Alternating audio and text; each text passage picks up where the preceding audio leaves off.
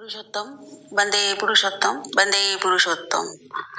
মহালোকপালী পরম প্রেমময় দয়াল শ্রী শ্রী ঠাকুর অনুকূলচন্দ্র রাতুল চরণে আমার বিনম্র ভক্তিপূর্ণ প্রণাম জানাই। পরমাধ্যায় জগজ্জননী শ্রী বড়মার রাতুল চরণে বিনম্র ভক্তিপূর্ণ প্রণাম জানাই। পরম পূজ্যপাদ শ্রী শ্রী বড়দার চরণ কমলে আমার কোটি কোটি প্রণাম জানাই। আচার্যদেব শ্রী শ্রী দাদার চরণ কমলে আমার কোটি কোটি প্রণাম জানাই। ইষ্ট পরিবারের সকলের চরণেই আমার শত কোটি প্রণাম জানাই।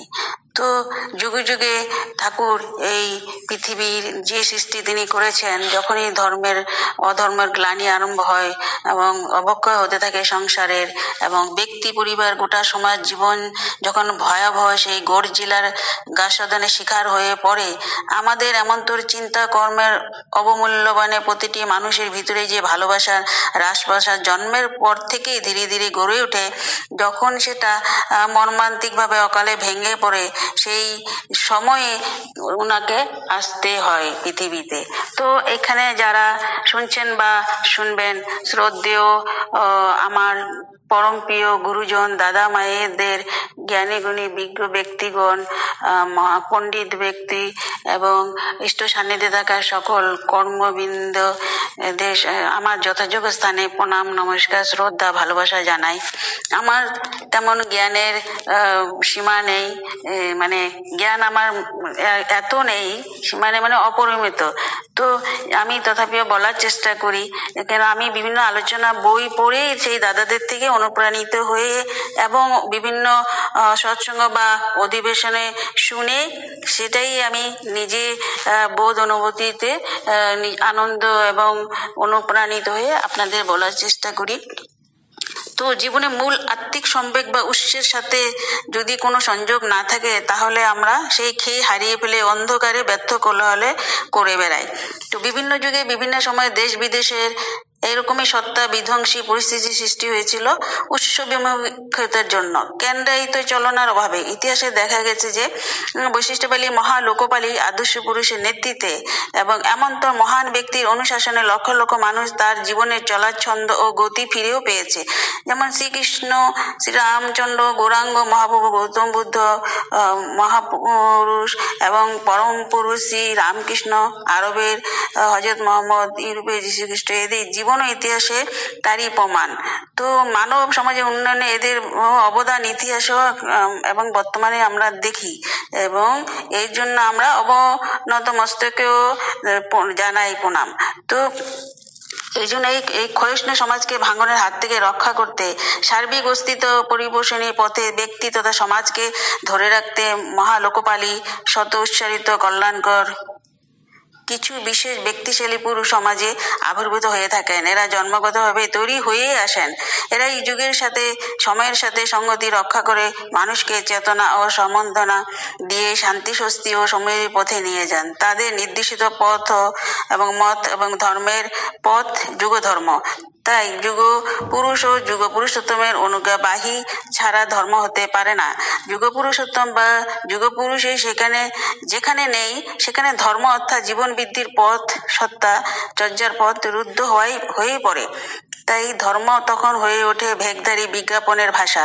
এর জন্য এই সময় বিভিন্ন ধরনের বিকৃত চিন্তা বিভ্রান্ত মানুষ সত্তা পোষণে সঠিক জীবনধারায় টেনে আনতে, আমাদের জীবন পথে সমস্ত ভুলকে সংশোধন করে স্বস্তির পথে নিয়ে যেতে ব্যথাতুর পিতার মতো বুক ভরা দরদ নিয়ে আমাদের সামনে এসে দাঁড়িয়েছেন। তিনি আপামর মানব গোষ্ঠীর দয়াল ঠাকুর। তিনি পরম প্রেমময় শ্রী ঠাকুর। সন্তানের দুঃখ কষ্ট যন্ত্রণাকে পিতা যেমন চোখ বুজে সহ্য করতে পারেন না, উল্টে প্রতিবিধান না হওয়া পর্যন্ত আত্মযন্ত্রণা ছটফট করতে থাকেন, শ্রী ঠাকুরও তেমন্তর আত্মযন্ত্রণা থেকে বিধ্বস্ত মানুষকে বাঁচানোর জন্য ও সার্থক সমন্বয়ে মানুষকে স্বস্তি ও সমৃদ্ধির অধিকারী করে তুলতে আমাদের মধ্যে এসে দাঁড়িয়েছেন। মানুষকে কাছে টেনে এনেছেন, জীবন পথে চলার কায়দা শিখিয়েছেন। তাই তো প্রাণের ঠাকুর প্রাণ কারা ভাষায় বলেছেন, মানুষের হাততালি পাওয়া বা বাহবা পাওয়ার লোভ আমার কোনো দিনই নেই। গালমন্দের ও আমি বড় একটা পরোয়া করি না। আমি ভাবি কাজের কাজ যদি কিছু হলো না তবে কি করব? আমি মানুষের সুখ্যাতি দিয়ে আর মানুষের সত্যিকার ভালো করতে গিয়ে প্রথমেই যদি দুর্নামের ভাগী হতে হয় তাহলেই বা আমার ক্ষতি কি? আমি যে জানি মানুষের দুঃখ কোথায়, আর সেই দুঃখের নিরাকরণ যাতে হয় তাই তো করে যাচ্ছি। এই আমার কাছে শখের ব্যাপার নয়, প্রাণের দায়। ঠাকুর এটা বলেছিলেন।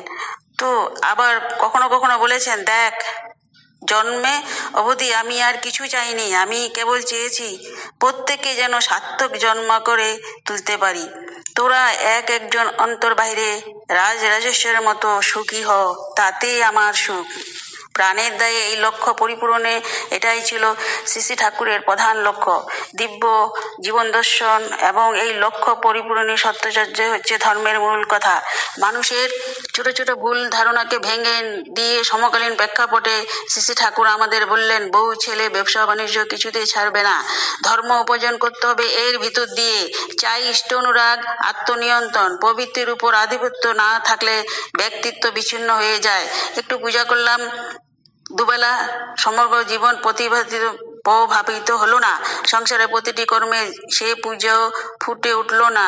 কিন্তু এটা কিন্তু ধর্ম নয়। পরিবেশ সহ নিজের সত্তা সম্বন্ধনাকে ধরে রাখে যা, তাকেই বলে ধর্ম। তো ধর্ম হচ্ছে জীবনকে ধরে রাখার বৃদ্ধি পথে নিয়ে চলার কীট কৌশল বা বিশেষ জ্ঞান, অর্থাৎ বিজ্ঞান। তাই এই বিজ্ঞানের সাথে ধর্মের কোনো বিরোধ নেই, বরং পরিপূরক। তো বিজ্ঞান দেখিয়ে দেয় আমাদেরকে কি করে সুখে থাকবো, বৃদ্ধি পাবো, বেঁচে থাকবো।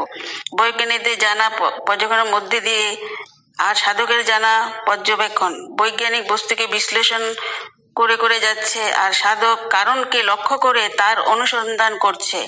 তো তাই তো আমরা দেখতে পাই হাজার হাজার বছর আগে আমাদের বৈদিক ঋষিরা মানুষের জন্মগত সংস্কার প্রযোজন বিজ্ঞান সম্পর্কে যা যা বলেছিলেন, বর্তমান জৈব প্রযুক্তি বিজ্ঞানীরও ওই সব কথাই প্রতিধ্বনি করছে। পরম দয়াল শ্রী শ্রী ঠাকুর এখন থেকে 100 বছর আগে মানুষের জৈবিক সংস্কৃতি, জন্ম ও জাতি নিয়ে, জাতির উন্নয়ন নিয়ে যেসব কথা বলেছিলেন এখন তাই সত্য বলে প্রতিভাত হচ্ছে। ঠাকুরের কাছে ধর্ম তাই বাহ্যিক কিছু অনুষ্ঠান, সর্বসতা নয় বা পর লোকচর্চা নয়, বরং ইহ জগতের ব্যক্তি, দম্পতি, সমাজ, রাষ্ট্রের সামগ্রিক উন্নয়নের চাবিকাঠি। তো বাস্তব ধর্ম যা, তা সব সময় মুক্ত হয় জীবন্ত আদর্শে, বৈশিষ্ট্যপালী লোককল্যাণ, শ্রোতা নিখাত ব্যক্তিত্বে। ওই জীবন্ত আদর্শ যুক্ত হয় তার নির্দেশিত পথে। তারই পিতৃত্বে জীবনকে বিশাসিত ও বিনায়িত করে চলা হচ্ছে প্রকৃত ধর্ম পালন। আকাশের ভগবান বা নিজের কল্পনা প্রসূত ভগবানকে শুধু ফুল বেলপাতা দিয়ে প্রকৃতপক্ষে কোনো লাভ হয় না। খেয়াল খুশি মতো নিজের প্রবৃত্তি অনুরঞ্জিত চলনে চলার এই ক্ষেত্রে অনেক ফুসরত থাকে। আকাশের ভগবান কাউকে নিয়ন্ত্রণ করতে পারেন না, বাধাও দিতে পারেন না। তাই প্রকৃত ধর্ম ও জীবন বৃদ্ধির পথ চলনার প্রথম এবং প্রধান মৌলিক সত্য হচ্ছে জীবন তো আদর্শের দীক্ষা অনুরাগ।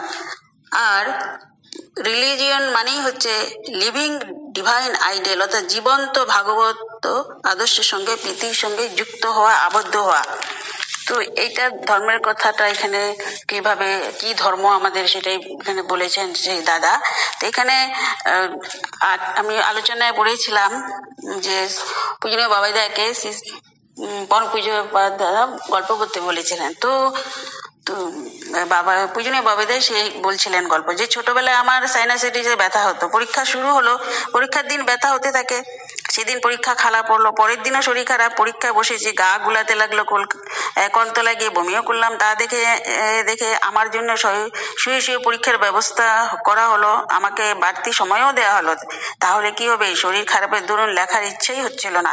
বেঞ্চিতে বসে পরীক্ষা দিলাম, পরীক্ষাটা মনোমতো হলো না। পরীক্ষা শেষ হলে শ্রদ্ধেয় সম্বিত দাস দা, মানে উনি এই দাদা রেজাল্ট আউটের সম্ভাব্য তারিখ জানিয়ে রাখলেন যে এই তারিখে মানে রেজাল্ট দিবে। তো উনি কয়েকদিন, দাদা পূজনীয় বাবাইদা বললেন যে কয়েকদিনের মধ্যে দেওঘর থেকে সিদারে চলে গেলেন। তো সারা গরমকাল পরীক্ষার রেজাল্ট নিয়ে টেনশন ছিল, মনে মনে প্রার্থনা জানাতে থাকি রেজাল্ট যেন পাল্টে যায়, যেন ভালো নাম্বার পাই, যে রেজাল্টের সময় আসতে দেওঘরে ফিরে আসি। তো রেজাল্ট হাতে নিয়ে দৌড়ালাম, ক্লাসের প্রথম হয়েছিলাম সেবার। তো সেই মানে বললেন যে পরম পূজ্যপাদ শ্রী শ্রী বড়দাকে উনি রেজাল্ট দেখাচ্ছেন, দাদাও খুব খুশি হয়েছিলেন, আনন্দ হয়েছিলেন। তো এইভাবে ওনাদের জীবনের দিব্য জীবনের ঘটনা আমরা এই বইগুলো, আলোচনা বইগুলোতে পাই। তাই সবারই বইগুলো পড়তে হয়, জানতে হয়। তো জয় গুরু, আপনাদের শরীর সুস্থ জীবন হোক এবং সর্বাঙ্গে মঙ্গল কামনা করি শ্রী ঠাকুর চরণ কমলে।